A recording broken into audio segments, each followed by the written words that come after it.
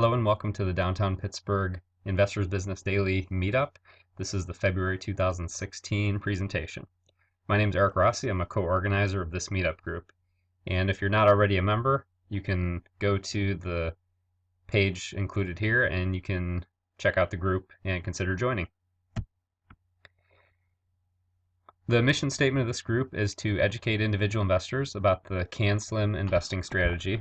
And this means identifying the best educational material from books and webinars, videos, etc. And a disclaimer, this presentation is educational in nature, and this should not be construed as recommendations to buy or sell securities. Investing in stocks does carry risk, and you can lose your capital. I'm a non-professional volunteer investor, and Investors Business Daily, IBD, and CAN-SLIM are registered trademarks of Investors Business Daily Inc., and Meetup is a registered trademark of Meetup Inc. Here's the topics for this month. First, we'll go through the market dashboard, which I'm going to cover each month from now on. Then, finishing up the series on investing routines, I'm going to cover a sample of monthly investing routine and a quarterly investing routine. Then I'm going to talk about the Q4 Leaderboard webinar. Then we'll go through a market analysis, and then look at some new issues, and then the conclusion.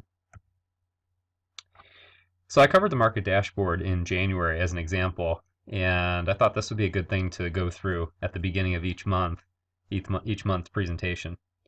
So if you want to see the details about this, what all of these categories mean, go to the January presentation and you can find that information.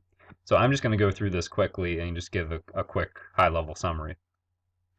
So right now, as of the date I did this presentation, which was Friday, February 26th, we were in a confirmed uptrend. The uptrend is 9 days old, so we're in the first 4 weeks of the new uptrend. There were 0 distribution days on both the S&P and the NASDAQ.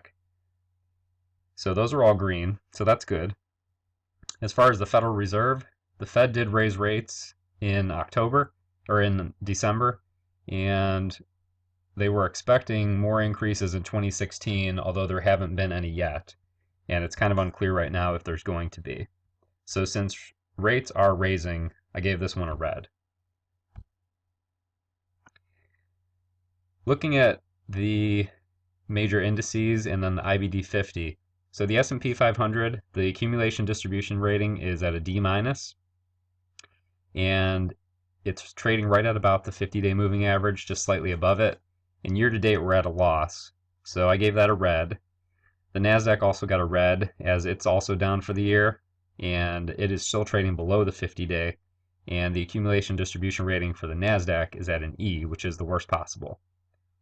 And then the IBD 50 is right now below both the 10-week and 40-week moving averages, and year to date, we're down quite a bit. You can see almost 11%.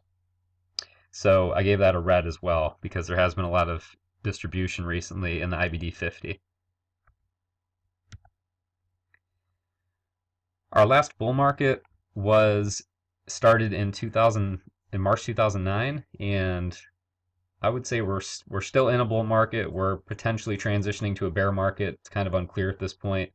So given that the current bull market is more than 3 years old, this gets a yellow. The last official bear market, assuming that we haven't started one right now, the last bear market ended in February of 2009, so that's more than 5 years old. So I'm giving this a red, because ideally we want to be coming right out of a bear market, transitioning to a new bull market. That's when the big gains are made. And then as far as intermediate corrections, we've had 9. In fact, we just finished the 9th one, and the market's starting to rally a little bit. So this also gets a red. So overall for the market dashboard, we've got quite a few reds. We've got a few greens, although they're new greens, and we've got 1 yellow. So overall, not great. Okay, moving on to the series in investing routines, and these are the last 2 I'm going to cover this month. The first one's a monthly investing routine, and I'll go through each of these items here. This is just a suggested routine that I kind of follow. You can feel free to take bits and pieces from this or modify it however you see fit for your own needs. So I recommend reviewing some other meetup group resources besides this one. You'll get different perspectives from different meetup organizers, and there's certainly other meetup organizers that are much more experienced in CanSlim investing than I am. So these are just a few that I follow that I recommend. The Petaluma IBD Meetup is, I would say, the best I've seen, the best educational material. I would even say better educational material than IBD has to offer. Lee Tanner is the organizer of that group, and he gives a monthly presentation and he posts a video. He posts them on a website called Screencast-O-Matic. They're not posted on YouTube like these videos.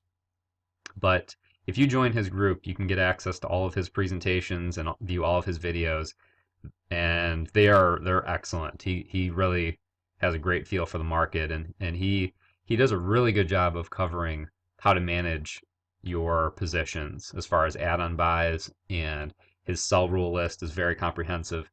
And his model stock videos are excellent. His model stock videos are probably the best resource available in that group. So this is number one for me. I recommend this group. Then you could consider the Thousand Oaks IBD Meetup. If you live in California and you can attend these in person, Amy Smith from IBD actually typically attends these. But I don't live in California, so I just view the monthly presentation that Mike Scott provides. He's usually got some good information in there, and I can go through the presentation in like 10 minutes. So if I get a couple little nuggets of info, then it's worthwhile. Yeah, he does not post a video like Lee Tanner. And then the last group I recommend is the Tacoma IBD Meetup, and that's run by a woman named Heather Green, and she does periodic presentations that she posts, and she also does some videos. And right here I'm including a link to something she just sent out this week. It's an interview she did with one of the IBD National Meetup speakers, Jason D'Amore. And I've watched half the video so far and got some pretty good notes in there. They even talk about some things like day trading and swing trading, and they talk about how to deploy different strategies in different market conditions. So CanSlim investing goes really well in a new bull market. But in a sideways market like the past 2 years, it really doesn't work that well. And so they talk a little bit about that and how you can maybe deploy some day trading or swing trading when you're in more of a sideways choppy market like we are right now. So this, like I said, it's really useful to get some different perspectives. And if you're a fan of Napoleon Hill, who was an author who wrote a book called Think and Grow Rich, he talks about this called the mastermind principle. And if you haven't read that book, probably the best book I've ever read as far as personal effectiveness and self-improvement.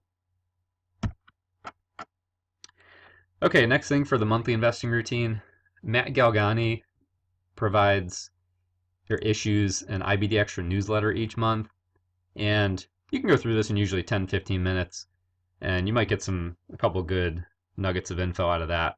So I'll put a link here if you want to go check those out. I get an email every month when they post those, and I think you get that as part of an eIBD subscription.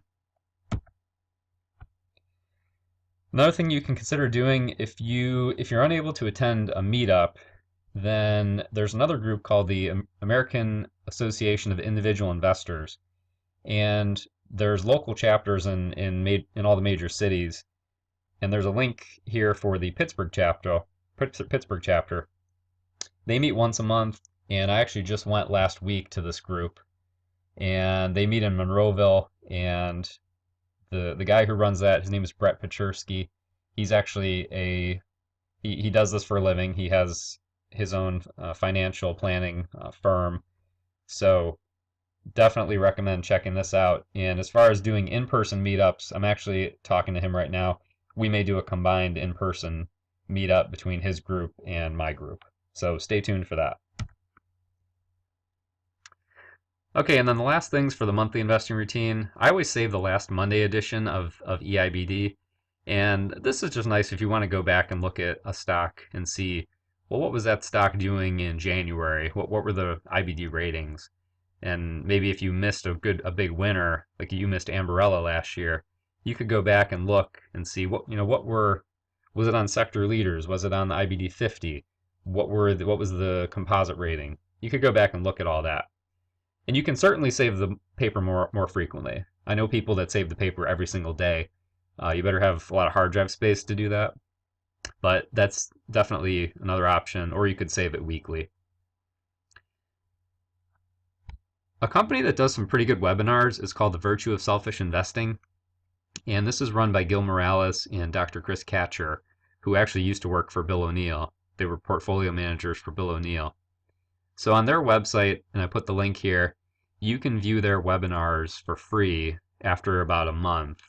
So to participate in the live webinar, you have to be a paying subscriber, but after about a month, the webinars are available for free, and they definitely have some good info in there, and they talk about some of the things I mentioned earlier as far as right now day trading and swing trading are actually working better than growth investing, which is traditional kind of CAN-SLIM investing. So if you've been struggling with growth investing for the past 2 years, this is another good place to think about adding some other strategies to your overall investing routine. And then the last thing on the monthly routine, I like to go back and look at my sell rules and just take a quick look at the cheat sheets and checklists that I should be using. So if you have these things and you don't use them, then it's kind of pointless. So it's good to, on a monthly basis, I think, to go back and look at these and say, okay, what are my sell rules? Make sure you're using them. What cheat sheets do I have? Make sure you're using those. So the Petaluma IBD Meetup group that I mentioned earlier, he has an excellent and a very comprehensive list of example sell rules. And you can either use them exactly, or ideally you'd want to take them and kind of tailor them for your own risk level and your investing goals. So I used some of his sell rules in my list of sell rules, actually. And then the stock-based cheat sheet, that was posted on our meetup in the file section, so I put a link here if you haven't seen that. And then checklists, there's various checklists that you can find from investors.com.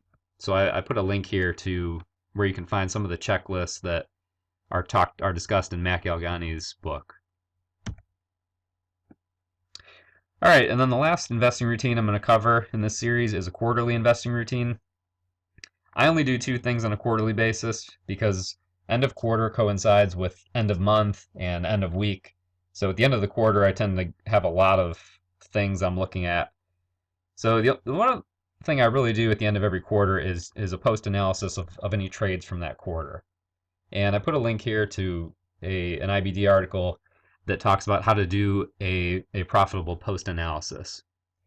And then it's also good to take a step back and review what your account did. What did your account and portfolio do during that quarter?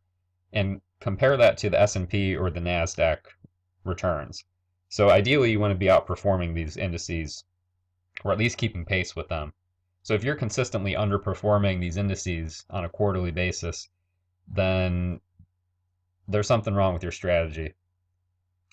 And it's also good at a quarterly basis to just take a high level look at, okay, if I had 10 trades during that quarter, how many of them were profitable and how many did I take a loss?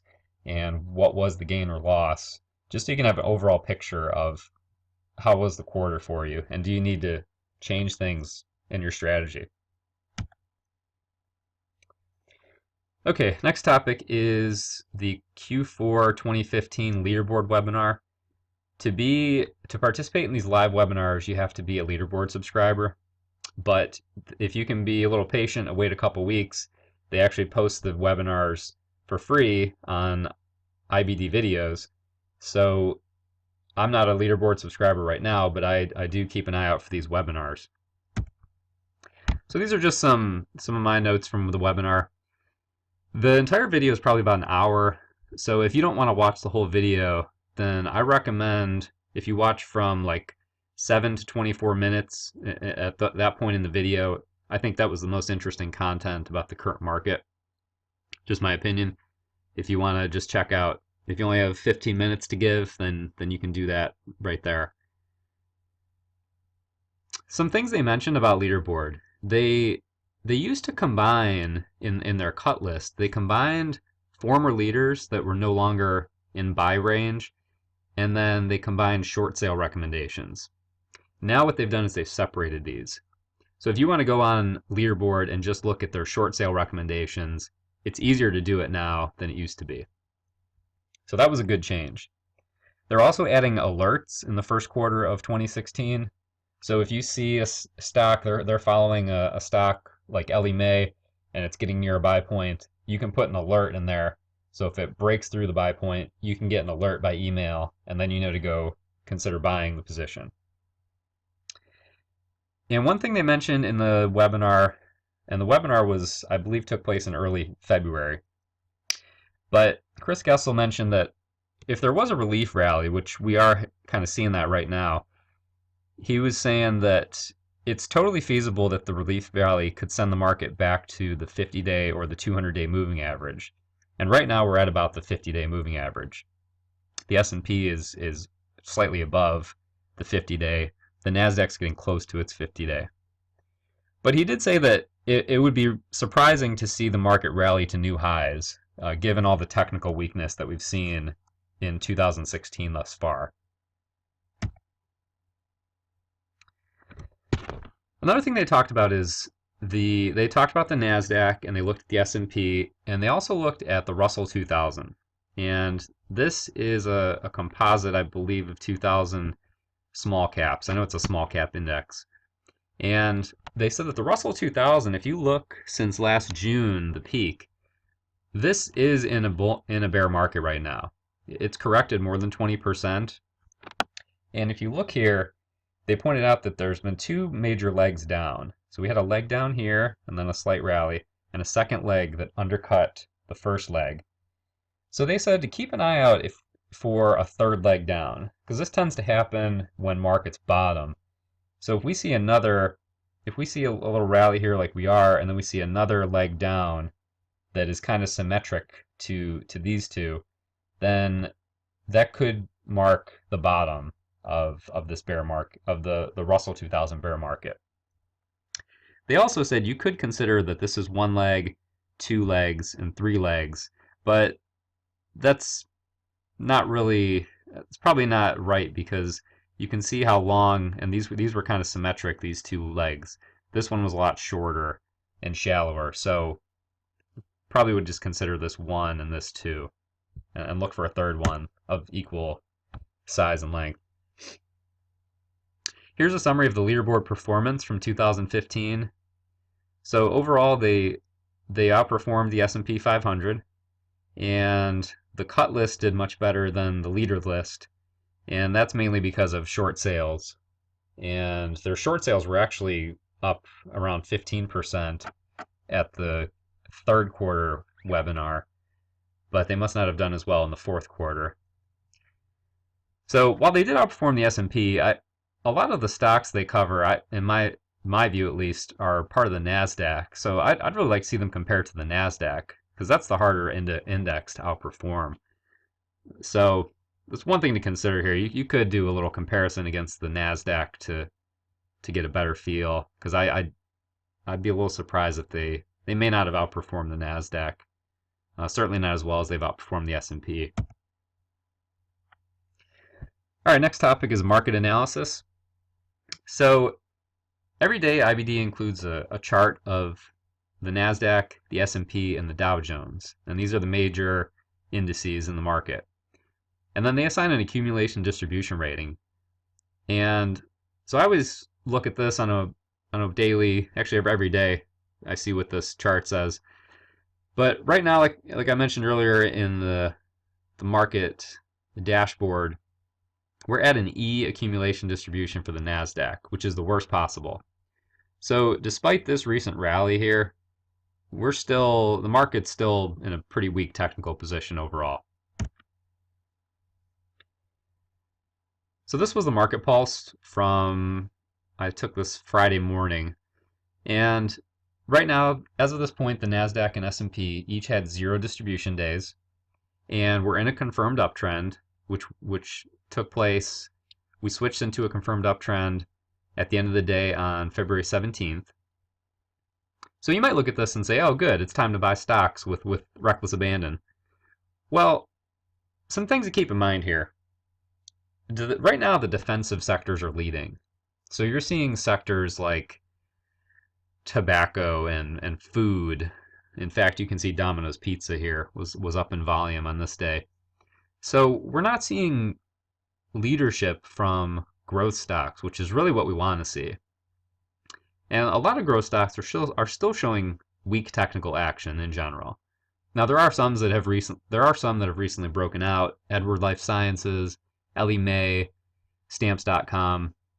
But I know a lot of the growth stocks, at least on my watch list, are looking pretty weak right now, even with this relief rally that we've been seeing. And only a few growth stocks were higher in above average volume. In other words, they were up in price in above average volume on the follow through day. So that's not a great sign, because you want to see a lot of growth stocks breaking out of bases on the follow through day, or getting close to breaking out of new bases, and we're just not seeing that right now. So overall, I'd say this new uptrend is actually not very constructive. All right, here's the NASDAQ monthly chart. So if we look at the long-term trend here, we kind of connect the bottoms here. So we could draw a trend line like this and say that we've broken the long uptrend here. I would probably draw it more like out here, in which case you can see that it kind of did just break this trend line. So this could be a sign that we're ready to start a bear market here, or a more sustained correction, which would actually be a good thing, because we've been running here since 2009. So 7 years of a bull market it's actually the longest bull market since in the period of 1970 to today, at least. So we're overdue for a bear market here to kind of flesh things out and pave the way for new leadership and then some big gains. Another thing I like to look at each month is this right here. You can see that the NASDAQ high, the all-time high it had made in March of 2000, we were bumping up against that recently, and you can see it wasn't able to punch through that. So that's definitely a long-term resistance level that we want to keep an eye on, because if we see the NASDAQ at some point rally through this on heavy volume, that's potentially going to be a very good sign.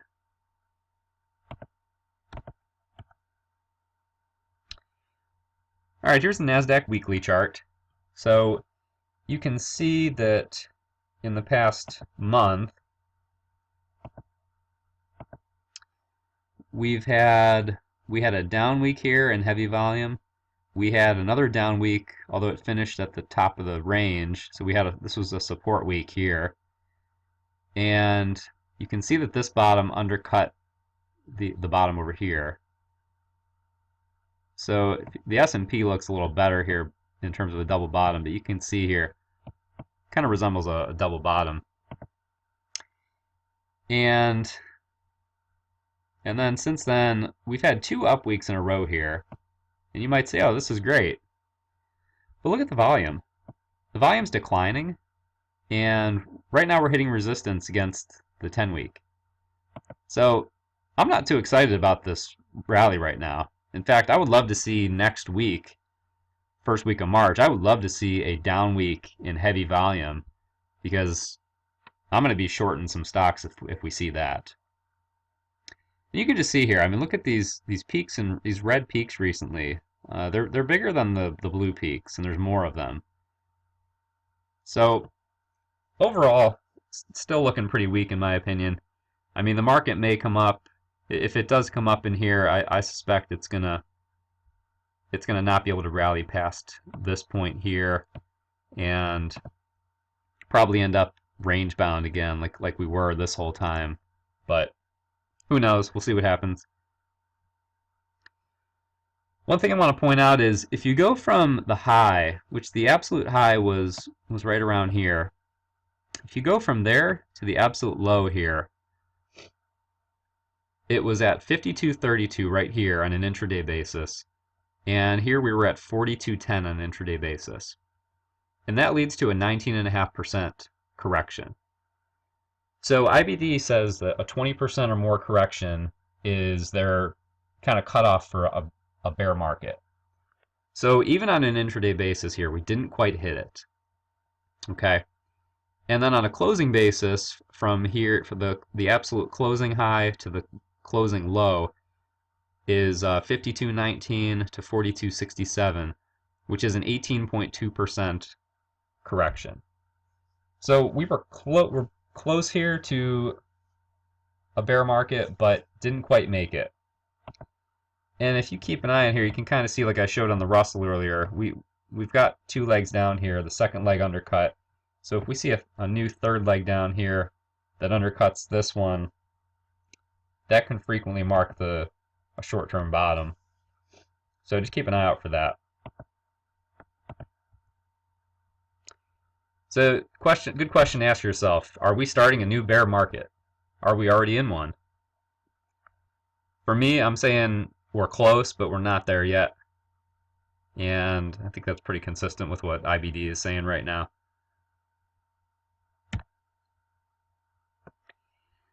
And here's the NASDAQ daily chart. So a couple things to notice in the past month. We had the 50-day crossing below the 200-day. That's a bearish sign. And then you can see we've got kind of a double bottom looking formation here. Okay, so we want to watch this level of resistance right here, which you can see we're like right there right now. In a traditional double bottom, this would be the buy point. So we're at a pretty pivotal moment here because we're so close to the 50-day, and we're near this prior resistance point. So definitely curious to see what happens next week. I hope personally, like I said, that we see a reversal in heavy volume because I'm going to be shorting some stuff. But who knows? The market could rally. If it does rally through the 50-day, probably going to see some more resistance at the longer term 200-day. This is a new chart I added this month. I'm going to add this in each month. This is a weekly chart of the IBD 50 composite index. So what they do is they take the IBD 50, and you can look at this chart on a daily or weekly basis. And the ticker is listed there, 0IBD5. So I just want to point out on the weekly chart, this looks similar to the NASDAQ chart in the past month. We had a down week here in heavy volume, some of the heaviest volume in months. Then we had this week undercut the prior low here, and it didn't quite hit this one here, but this week we had even heavier volume, and it was a rebound week. It was a support week. And now you can see we're trending upwards here towards the 10-week. And look how light the volume is. I mean, volume is just very, very light. So, like I said, I'm not too excited about this new rally, and this is another piece of evidence why. And here's another chart. This is the IBD 8585, which is, they call it your weekly review. And they don't put volume on this chart, but you can see the same thing here. We're coming up on resistance against the 10-week, very similar to the IBD 50. So growth stocks still have some work to do, is the bottom line here.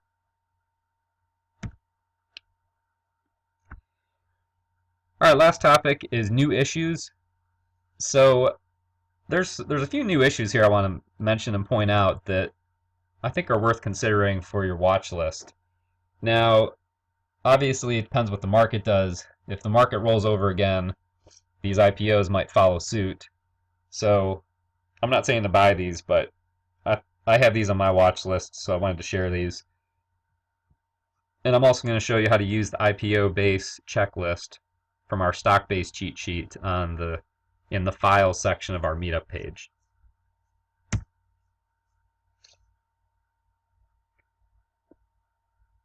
So I'm going to cover 3 new issues here. The first one is called Bygene, I guess is how you pronounce that, BGNE. So this company, the IPO price was 24, and ideally you want to see a strong open above that price. In fact, that's the first item here from the stock-based cheat sheet.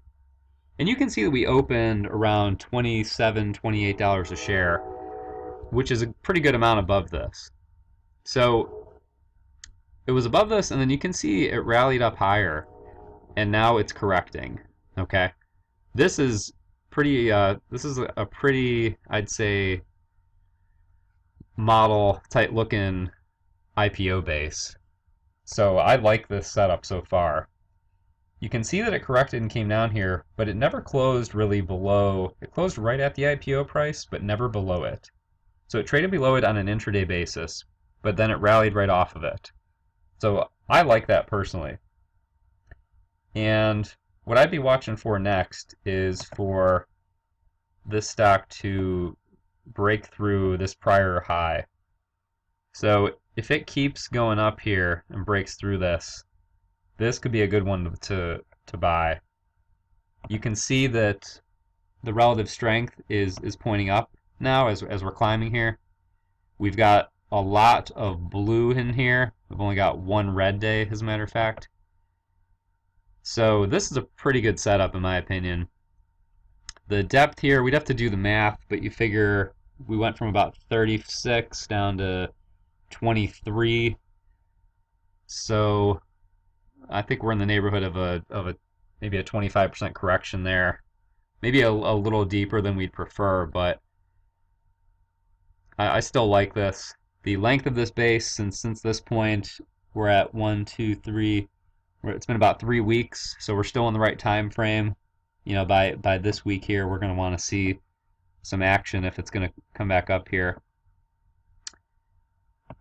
Up volume versus down volume. You can see that these weeks here are some of the heavier weeks. So I'd like to see a little more volume come into this, because you can see volume here has been lower on the blue days. So I'd like to see some more volume if this thing completes the right side of a base. If it does punch through this, we want to look for heavy volume, and we want to look for a powerful move after that. So we don't just want it to go through here and kind of hover around for a while. We want to see it keep going. And as I already mentioned, it traded below the IPO price intraday, but it didn't close below it. So this says never trade below the IPO price, but I think this is still, I'd rather see it not touch the IPO price, but it still looks pretty good to me. Here's another one. This is called Avexis, AVXS. And this one's not as good, but I think it's okay. You can see that the IPO price was up here at 20, and it opened below that. So that's a definite red flag right there. However, you can see that the stock's been climbing up quite a bit. You know, it hit a low here of around 16, and it's up around 20. So if you really like this stock, you could have bought it when it broke through 19 here. So you could have bought it on this day here. But I think that's kind of risky given that the IPO price was at 20. This is going to be a natural resistance point. And you can see that it's having trouble. This day it kind of hit its head there. This day it poked above it but closed below it. So I'm watching for this one to punch through the $20 mark. And if it does, I'm probably going to give this one a shot. Volume has been kind of light, but you can see the blue days have been heavier than the red days. So I like that.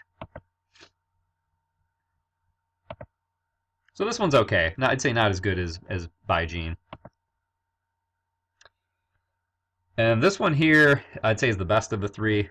Editas Medicine. Now this one, it opened above the IPO price, and then it did trade below it. So that's a definite red flag. We don't really want to see that. However, it did form a nice little base here, and it did form a nice little kind of cup-shaped IPO base here.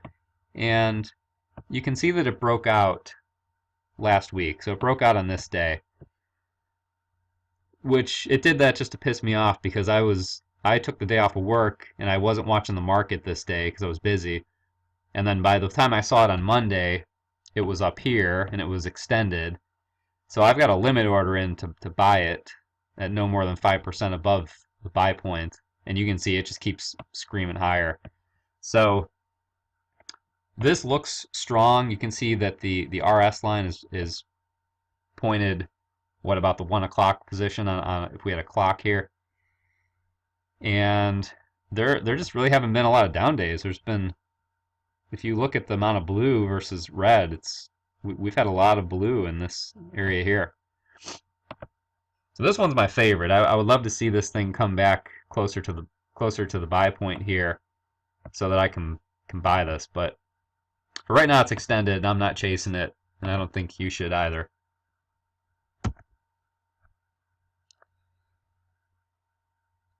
Okay, if you found this video on YouTube and you're not a member of our meetup group, then you can join by following this link.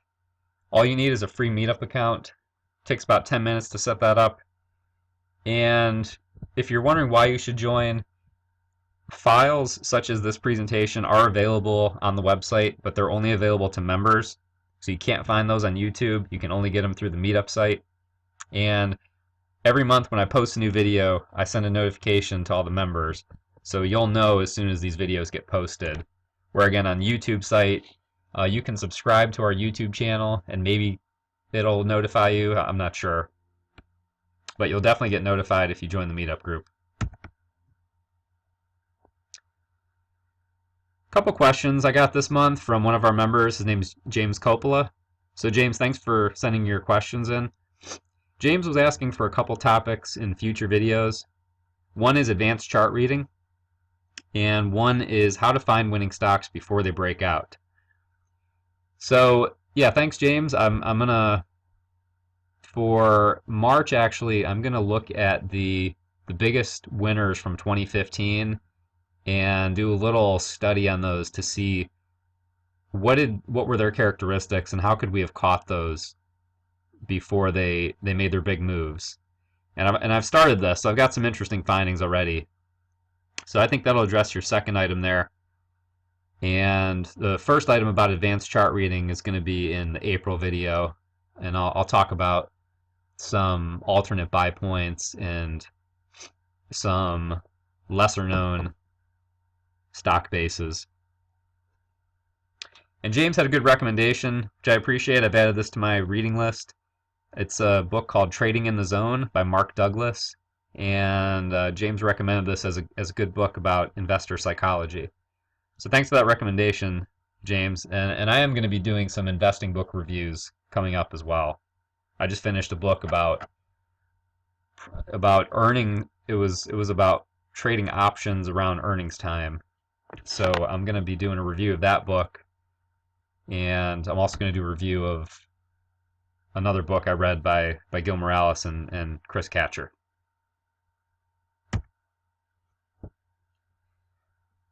Okay, well thanks for joining this month again, and for future topics I mentioned, I'm going to talk about the 2015 best performers. I'm doing a little study of those over the next month, and I'm going to do some investing book reviews and talk about some recent stocks, and in particular some of the alternate buy points that James was asking about on the previous slide. So if you have any feedback or have any questions or want to see any topics on future videos, please send me a message on Meetup, and I'll include your answer in a future video, just like I did here from James's questions. And a couple of folks have asked about meeting in person, and I am looking at a venue for April. I probably won't have it for March, but I'm looking at a venue for April and a combined potential meetup with the AAII group. So I'll be sending out some information about that. So keep your eyes peeled for that. Okay, thanks everyone, and I'll see you next month.